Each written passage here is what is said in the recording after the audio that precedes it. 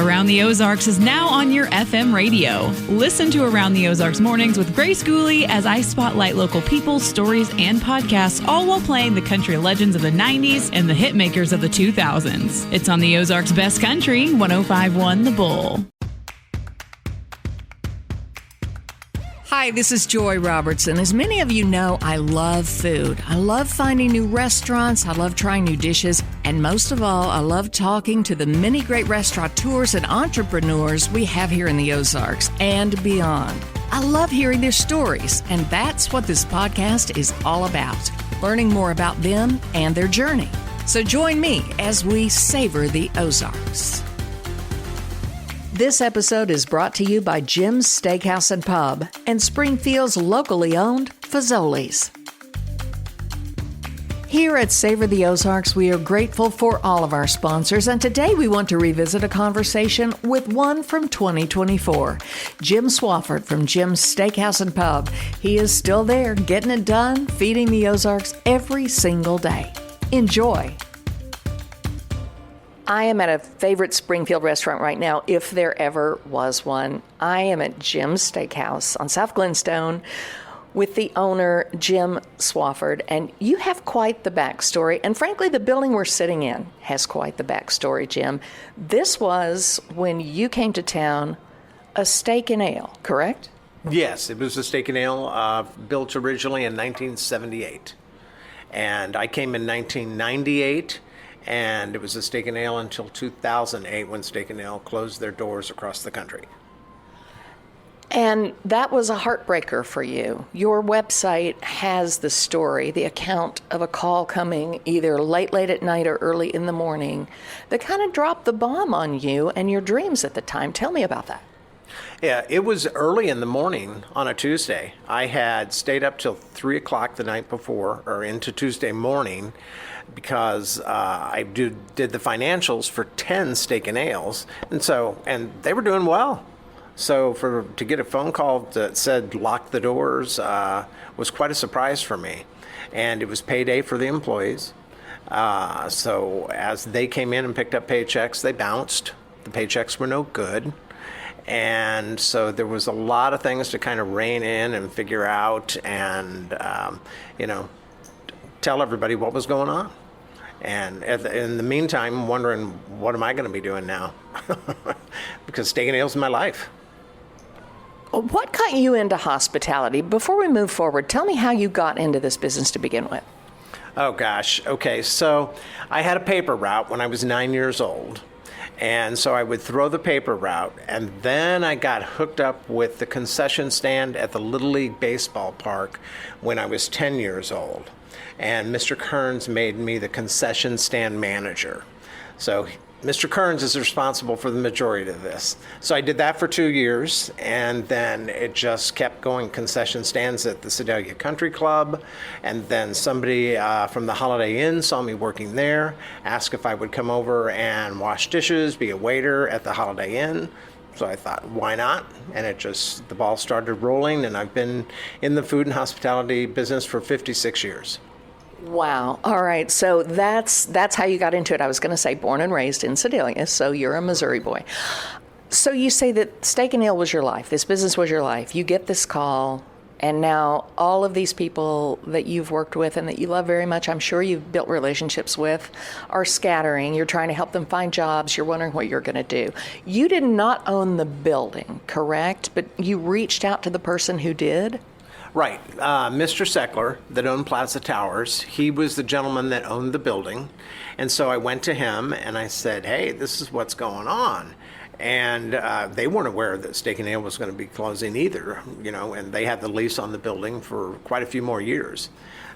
He said, well, I really don't want to get back into the restaurant business. I am approaching 90 years old, and it's time for me to relax, and so I'm just not really interested. And so I said, well, how about you give me some time to find a partner? So a year went by. I really didn't find a solid partner, so I went back to Mr. Seckler, and I said, well, I haven't found a partner, and I said, so I guess you're just going to have to let the building go. And he said, oh, why don't you come and talk to me? And so went and talked to him. He said, okay, how about I give you a steakhouse? You do whatever you want to with it. We don't need to make a lot of money, just enough to keep the doors open. And he said, just do what you want. And so we did that for a couple of years, and then he insisted on selling me the actual business at a very gracious price and set me up for life pretty much. You have said before that man was your angel. I don't think I disagree. Definitely, yes. He and his wife, Miss Seckler, were my angels in this regard. Yeah, they forced me to take a leap that, I always wanted to own my own business, but I didn't know when it was going to be or what was the right time, and they decided that for me. What did you do in the year in the interim? Didn't you work for another company, or do I have that right? I worked for Fridays, for the Tricor group that had several Fridays franchises across Missouri. And so I worked for them for a year while I was trying to figure things out. But you never gave up on your dream. And he said, why don't you open a steakhouse? You put your name on the sign, and here you are. How did it change from Steak and Ale? To what degree did you just love the way Steak and Ale did what it did? And what degree did Jimm put his spin on it? There was not a whole lot of changing that needed to happen. Our Steak and Ale was doing pretty well. The salad bar, of course, everybody's crazy about the salad bar. A few people asked me why I decided to keep the salad bar, and I said, well, this building just has to have one. So what I didn't like about Steak and Ale was they didn't want to spend money on labor, on taking care of the guest. So that's where Jimm's did a flip-flop. I was never good at labor with Steak and Ale. I was on the bad boy call every Thursday because I spent too much money on labor. But I wanted a hostess to seat my guest in the middle of the afternoon. I didn't want to create an artificial wait and have the guests waiting in the lobby when we had all kinds of tables.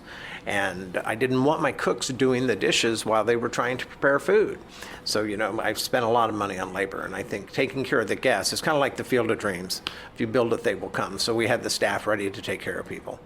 Well, and that's what hospitality is all about, is making people feel comfortable when they come in the door, and you need to get them seated and make them happy and what have you. Now, to what degree were you in on the menu here? Do you do the cooking? Did you help come up with the menu development? How did that work? I don't cook.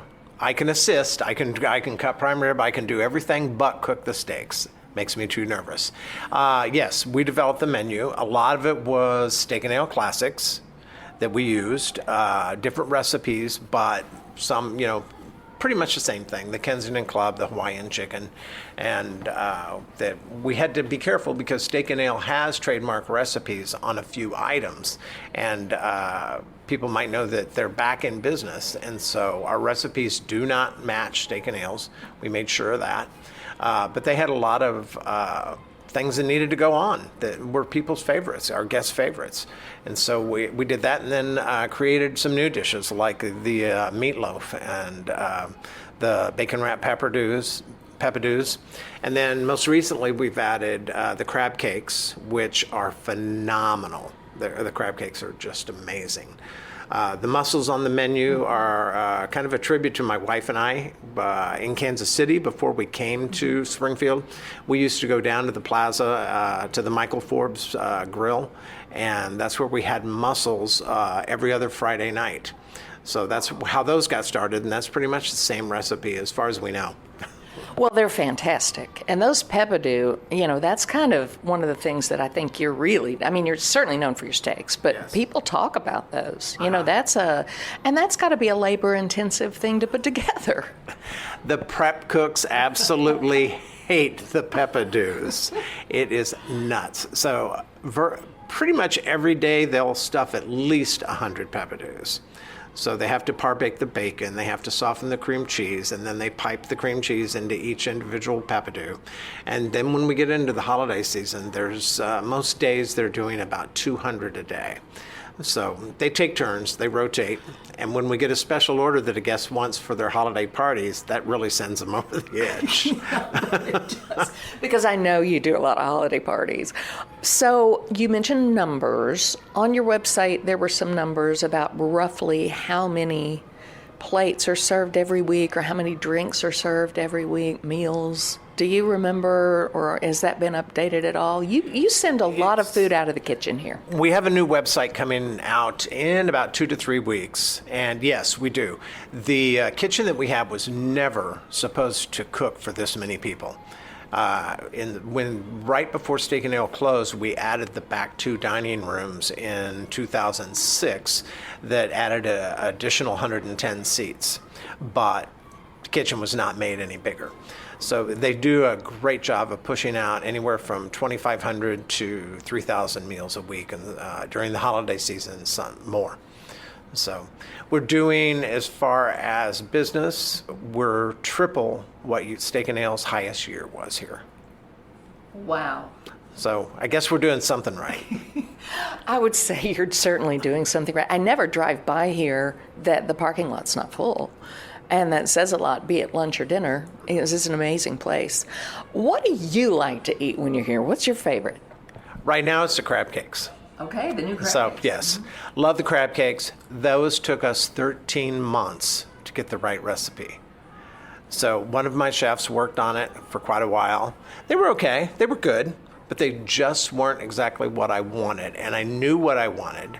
I had it at a restaurant in Dallas, and I wanted to get there.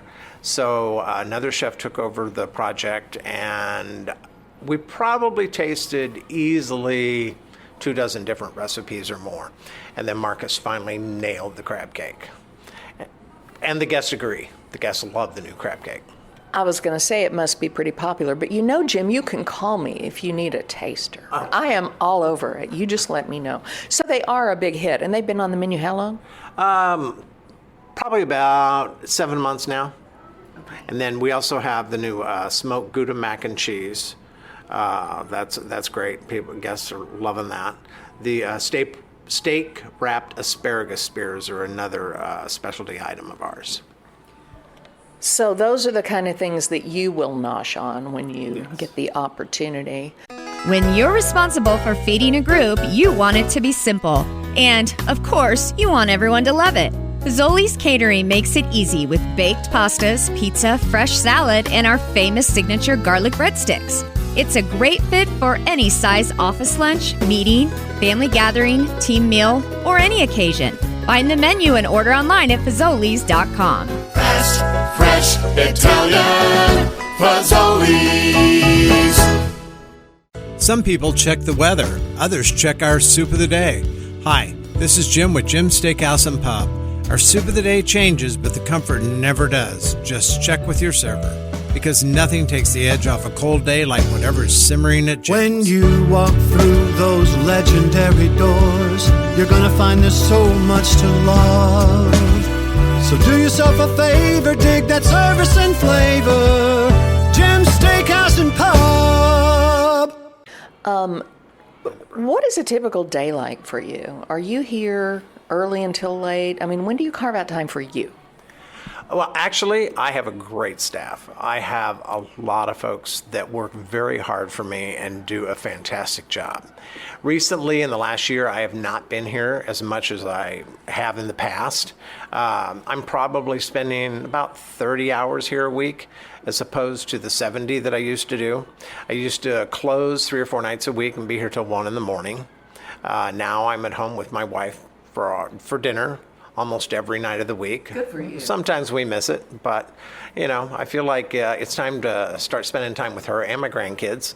I have 2 grandchildren in Dallas, so we like going down there to visit. But yeah, I have a staff that is absolutely amazing. I have a bartender that's been with me for 20 plus years, a dishwasher that has been with me for over 24 years, and several others that have been here for quite a few years. And when people are with you that long, that says a lot about you and about the business that you operate here.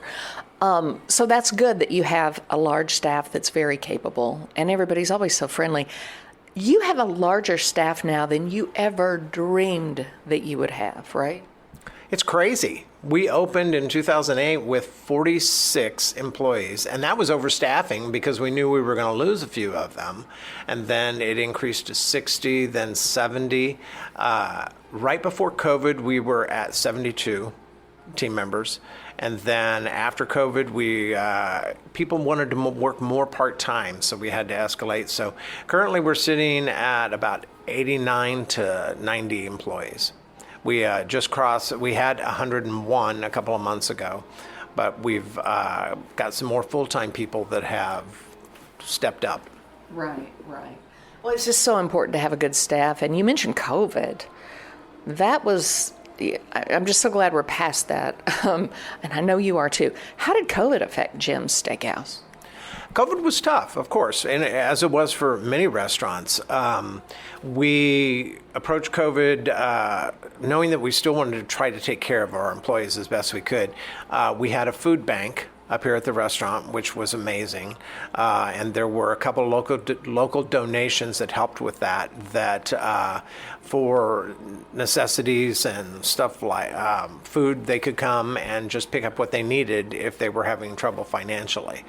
And we only lost one team member during COVID. All of them came back to work. Wow. Except for one. Mm-hmm. So that was amazing. Like I said, I have a dedicated staff. They're remarkable.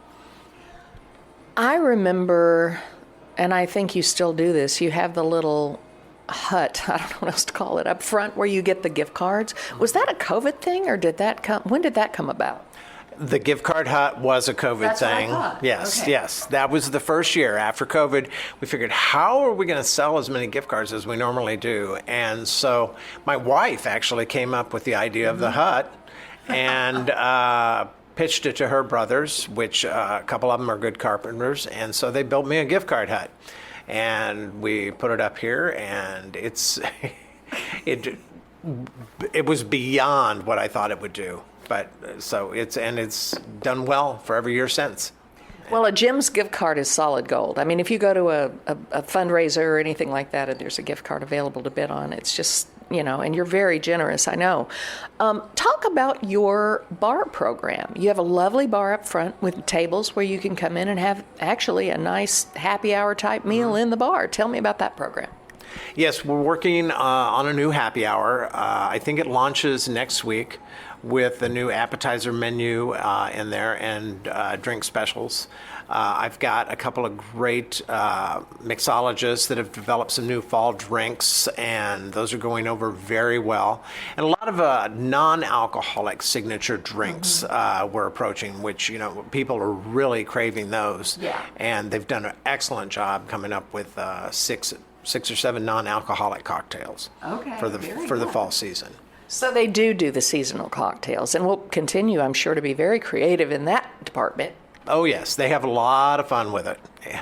It's kind of crazy. I look at the back bar and I think, what are we using this for? What are we using that for? So they go a lot faster than I can keep up with sometimes on getting the new cocktails. Well, you say you've had the same bartender for a long time, so they know what they're doing back there. They're really good at it. What is the fan favorite here besides the peppadew, bacon wrapped peppadews? What are the things here that people just can't live without? The salad bar, of course. Of course. The salad bar is probably number one, can't live without. Then the prime rib, the slow roasted prime rib.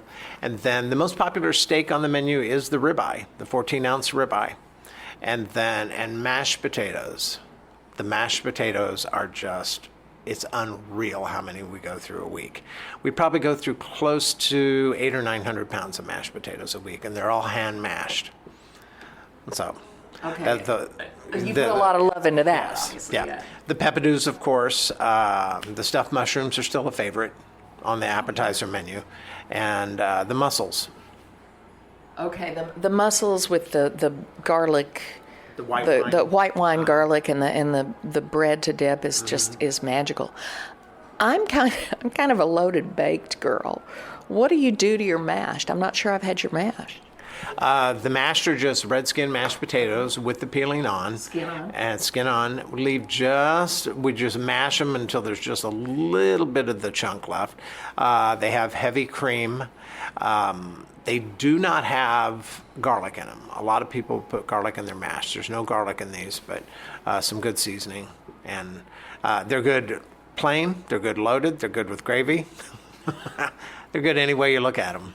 You know, I'm one of these people that when I think about coming to Jimm's, I want either a ribeye or the prime rib. I want the loaded baked. I'm a big fan of the wedge. I will say, I love the salad bar. I do like the wedge because you guys are real good with that blue cheese. It's just amazing. It's a great blue cheese. It's a great blue cheese. Oh, man. So we start with a base, and then we doll it up ourselves with additional blue cheese, and so it's called a fromage blue cheese. Oh, it's fantastic. But I want that, and I want the mushrooms, and I want a good wine to go with it. So I've got to be beyond hungry when I come in here because I want the whole Jimm's experience. You know what I mean? The brownie, Jim, I don't know that I've had the brownie. Tell me about the brownie. I'm a little embarrassed, but just go ahead and tell us all about it. Well, the brownie is my favorite dessert. Okay. So twice a year I'll get it. I'll sit in a corner and finish the whole thing, but only a couple times a year. We make the brownie in-house, and then we have vanilla ice cream. We make the peanut butter mousse that goes on top underneath the vanilla ice cream with heavy cream, peanut butter, and then we top it with a fudge espresso sauce that we also make in-house with actual espresso coffee and coffee crystals, and it's phenomenal. You can add a little caramel syrup and nuts if you want to. And then the brulee cheesecake is the hands down the number one dessert. Do you make these in-house? Yes. Well, the cheesecake, no. I can't say that we make that in-house, but we brew. You brulee it? Yes, we brulee it. We coat it with sugar, and then the servers torch it at the tables. My goodness. How long are you going to keep doing this? Please don't have any hopes of retiring soon. We really need you, Jim. But how long are you going to keep this up? You know, that's really hard to tell. If it was up to my wife, I would be finished next year. So I don't think it's going to be quite that soon. But really don't have an answer for that one. But if it's up we'll to me, see. I'll be around a while. Okay. Well, I certainly hope that you are. Any other than a little menu tweak and a new website, any upcoming excitement in the future that you want to share? Don't have anything planned right now. We're always looking at some new menu items. We hope that there'll be a small menu revision in the next couple of months, right before Christmas. Hope to get that out. We're working on the soups. People love our soups. French onion. We have the French onion, we have the seafood bisque, and then lately the favorites that Marcus and the staff have been making are the Hungarian mushroom and the broccoli, cream of broccoli and blue cheese. Folks that don't even care for broccoli or blue cheese love this soup. What? It's incredible. Marcus doesn't want to share the recipe with me either, but Marcus is, he's good. He's good. But man, you guys work so well together to come up with these recipes, and the ability to taste, I think you said the crab cake in Dallas, and remember, unless you went down there and had him taste it too or brought some home, you knew exactly the elements you wanted to bring out in the crab cake. So you and Marcus are, you get it. Yes. Yeah, we work at it doesn't happen overnight, that's for sure. Sometimes I get frustrated and I think, do we not have that? Have that yet? Come on, let's go. But perfection takes time, I guess. Man, good stuff. All right. Yeah. Well, Jimm Swafford, thank you so much. Visit Jimm at Jimm's Steakhouse. You can't miss it. It sits right along South Glenstone. And I love hearing your backstory and a success story like this. It just makes me feel good, just like your food does. Jimm, thank you so much.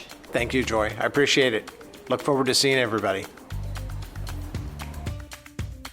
Be sure to go to AroundTheOzarks.com to sign up for our daily newsletter where you can get every episode of Savor the Ozarks, plus all our other podcasts, events, and contests straight to your inbox. And what are your favorite dishes in the 417? You have any restaurants you'd like me to visit? Email me at joy@AroundTheOzarks.com.